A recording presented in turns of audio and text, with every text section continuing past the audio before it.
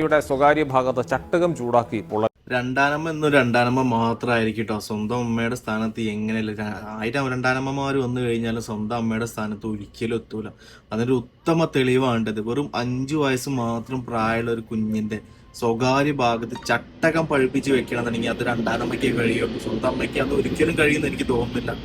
വെറും 5 വയസ്സിന്റെ പ്രായമുള്ള ഒരു കുഞ്ഞ് മൂത്രമൊഴിച്ചതിന് അറിയാതെ കിടക്കയിൽ മൂത്രമൊഴിച്ചതിന് അതിന്റെ സ്വകാര്യ ഭാഗത്ത് ചട്ടകം പഴുപ്പിച്ച് വെച്ച്, എന്നിട്ട് അത് പുറത്താരോട് പറഞ്ഞിട്ടില്ല. അങ്കലവാടി പോയ സമയത്ത് അതിന് ഇരിക്കാൻ കഴിയായിട്ട്, ആ കുഞ്ഞു പൈതലിന് ഇരിക്കാൻ കഴിയായിട്ട് ടീച്ചർ ചോദിച്ചോളൂ എന്താണ് സംഭവിച്ചതെന്ന് ചോദിച്ചു. അപ്പോൾ ടീച്ചറോട് പറഞ്ഞത്, അങ്കലവാടി ടീച്ചറോട് പറഞ്ഞു. പക്ഷെ ടീച്ചർ സ്പോട്ടിൽ തന്നെ പോലീസിനെ വിളിച്ച് കാര്യങ്ങളൊക്കെ പറഞ്ഞ് ആളെ സ്ത്രീയെ അറസ്റ്റ് ചെയ്തൊക്കെ ചെയ്തിട്ടുണ്ട്. നമ്മളെ പാലക്കാട് സംഭവിച്ചിട്ടുള്ള സംഭവമാണിത്.